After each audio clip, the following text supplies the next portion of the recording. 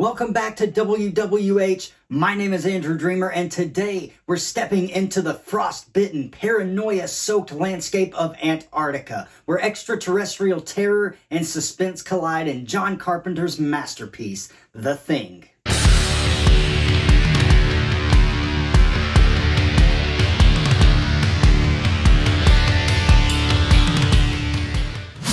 Released in 1982, this chilling sci-fi horror stars the legendary Kurt Russell, a cinematic heavyweight whose performance is as iconic as a world championship match at WrestleMania. Joined by a stellar cast including Wilford Brimley, Keith David, and Donald Moffat, Carpenter's The Thing crafts a tale of survival and suspicion that rivals even the most intense storylines. Behind the scenes, Carpenter's directorial brilliance is the equivalent of a perfectly executed finishing move, creating an atmosphere of tension and dread that lingers like the anticipation before a main event. Rob Bottin's groundbreaking practical effects are really the unsung heroes here, delivering creature designs that are as jaw-dropping as a CM Punk return. This is one of my favorite movies of all time, horror or not. And if Halloween didn't exist, I would say that this is my favorite horror movie. I think it says a lot that my two favorite horror movies are both directed by John Carpenter. So, with that being said, it's time to get this show underway. We're about to unravel the mysteries frozen in the celluloid of The Thing.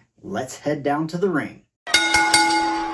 The film opens in the southernmost continent on Earth, Antarctica, where a Norwegian helicopter is chasing a dog through the vast expanse of snow. They pursue the dog to an American research facility, and one of the passengers accidentally blows up the helicopter as well as himself. He didn't take the safety course.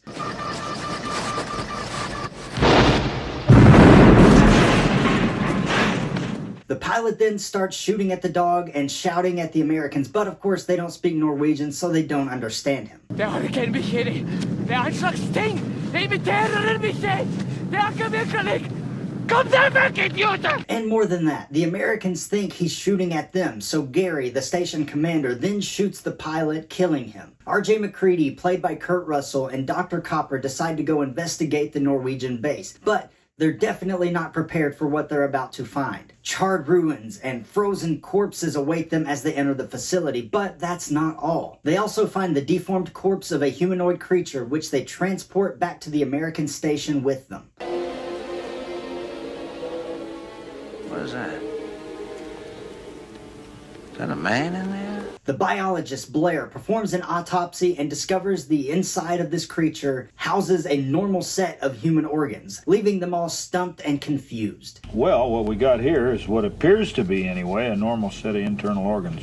There are also a lot of other people working here at the station, including Knowles, Palmer, Childs, Norris, Jennings, Clark, Fuchs, and Windows. Are you ready to witness cinematic greatness that hits harder than a world's strongest slam? Hit that subscribe button and join the WWH Universe, where every video is a main event. Don't just watch. Get yourself a ringside seat to horror greatness. Clark has added the Norwegian dog to the kennel with the other dogs, but it is now transforming and absorbing several of the other dogs in an absolutely disgusting way. The disturbance alerts the rest of the team, and Childs uses a flamethrower to incinerate the creature.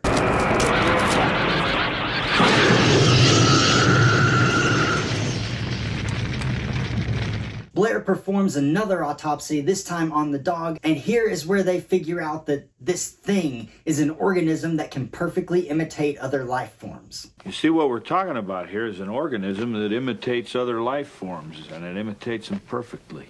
When this thing attacked our dogs, it tried to digest them. Data recovered from the Norwegians leads them to a very large excavation site containing an alien spacecraft, which we saw heading to Earth during the opening credits of the film. Norris estimates that it's been buried for over 100,000 years, which is probably around the same age Ric Flair will be when he finally retires for good. The backscatter effect's been bringing things up from way down around here for a long time. I'd say the ice it's buried in is 100,000 years old, at least. They also find a smaller human-sized dig site in the area. Blair runs a computer simulation that indicates the organism could assimilate all life forms on Earth within a matter of years, making him grow increasingly paranoid. The group then begins to implement controls to reduce the risk of assimilation. That's one of the things that I love about this movie. The feeling of paranoia is strong and it persists throughout the entire film. Amid the desolate Arctic landscape, the remains of the malformed humanoid assimilate in isolated binnings, halted only by Windows who interrupts the process.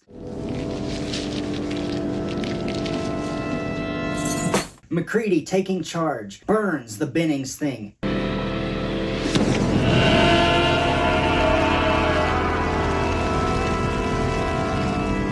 Meanwhile, Blair's paranoia overcomes him, making him sabotage the vehicles, kill the rest of the good boys, and destroy the only radio at the facility to prevent escape. His treacherous acts lead to his imprisonment in a tool shed. With all escape routes sabotaged and the radio destroyed, the team is in disarray. Copper proposes a blood test, but the revelation of destroyed blood stores shatters all trust in Gary's leadership. I suppose somebody could have lifted it off me. Oh, That's come on. That key ring of yours is always hooked to your belt. It's not. How did anybody get through it? Accusing everybody. MacReady assumes command, joined by Windows and Knowles. The trio discovers Fuchs' burnt corpse, hinting at to evade assimilation. Maybe he burned himself before it could get to him. As Windows returns to base, MacReady and Knowles investigate MacReady's shack after seeing a light on. Where are we going? Up to my shack. What the hell for? Because when I left yesterday, I turned the lights off. However, suspicion lingers, leading Knowles to abandon MacReady in a snowstorm fueled by the discovery of torn clothes in the shack. Controversy begins brewing within the team over allowing MacReady's entry, leading him to break in and assert control with dynamite. In the chaos, Norris seemingly suffers a heart attack, revealing his true nature when Copper attempts to revive him. The Norris thing attacks, biting off Copper's arms before MacReady dispatches it with fire. Clear. MacReady's theory surfaces. Each part of the thing is a distinct life form with survival instincts. To validate this, blood tests are proposed with heated wire. Clark's aggressive reaction results in MacReady defending himself, killing the man. Palmer fails the test, transforming into the Palmer thing. Breaking free, it infects Windows, compelling MacReady to incinerate them both in a desperate bid for survival.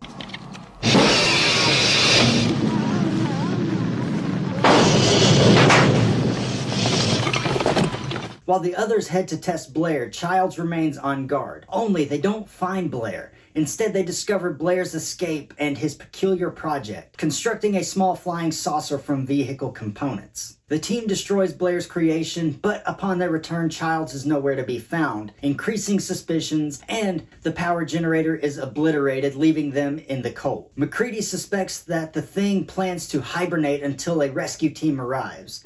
Wants to freeze now.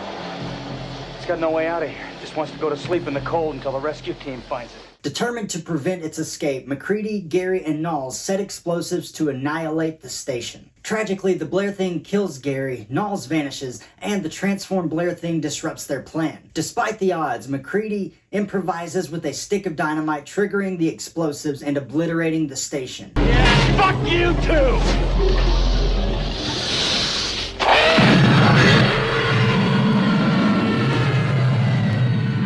As MacReady watches the smoldering remnants, Childs makes a return, explaining he got lost in the storm while chasing Blair. With exhaustion and cold creeping in, they recognize the futility of their mistrust and opt to set it aside, embracing the shared struggle. The scene culminates in a moment of camaraderie as they share a bottle of scotch whiskey to weather the harsh Arctic night together. If we've got any surprises for each other, I don't think we're in much shape to do anything about it. And here's where the genius of Carpenter's ending really comes into play. We're left wondering if either of them has been assimilated. We know they don't trust each other, but the realization there is nothing they can do about it just ends with them sharing a drink. It's ambiguous and filled with both paranoia and mystery. Me and my brother still come up with new theories about this ending to this very day. And I have my theory, but what do you think? Who is the thing at the end? Let me know down in the comments. We're going to bury ourselves in the positives and negatives of this movie, but first we have to take a short break, so stick around for more WWH action. If you're looking to save 20% off of your order from redcon1.com, I have a deal for you. All you have to do is type in code AndrewDreamer12 at checkout and you will receive 20% off of your entire order. Check it out. Also, head over to ProWrestlingTees.com/AndrewDreamer to check out some of my merchandise. Get you a t-shirt. Last but not least, head over to Patreon. to become a member of the WWH Universe. There are a lot of really cool perks and we would love to have you. Welcome back. Let's try to stay warm and mark ourselves safe from assimilation as we head back down to the ring for the positives. The Thing is lauded for its groundbreaking practical effects, spearheaded by Rob Bottin, and for very good reason. The creature designs are a testament to the era's creativity and have become iconic in the realm of horror. Everything looks freaking amazing. John Carpenter masterfully crafts an atmosphere of paranoia and suspense, turning the isolated Antarctic setting into a claustrophobic battleground. The tension is palpable, creating an intense viewing experience. And it's this mysterious atmosphere that, in my opinion, gives the film infinite rewatchability. Kurt Russell's portrayal of R.J. MacReady is a standout performance. His rugged charisma and ability to convey the psychological toll of the situation contribute significantly to the film's progression. The ambiguous ending sparks endless debate among viewers, adding a layer of complexity to the narrative. It invites interpretation and discussion, making the film memorable long after the credits roll. Like I said, people still talk about it to this day. John Carpenter's direction showcases his mastery in horror filmmaking. The pacing, cinematography by Dean Cundey, and use of the haunting score combine to create a cinematic experience that has stood the test of time and will continue to do so. But now let's take a look at some of the negatives for The Thing. And I'll be honest, I don't have anything bad to say about this movie. So what I'll do is this. I'm going to talk about a few things I've heard other people mention and give my opinion on those things. Some critics of the film have argued that the film lacks in-depth character development for the supporting cast.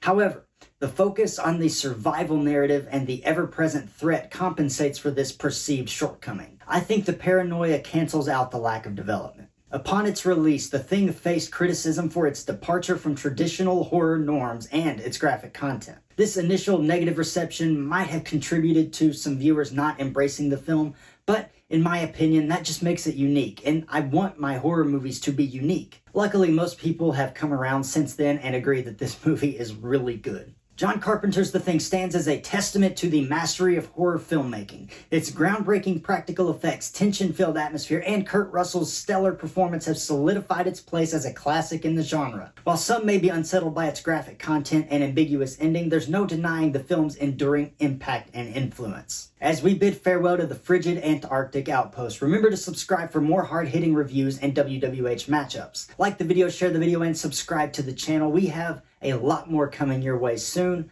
But until then, my name is Andrew Dreamer, and this is Wrestling with Horror.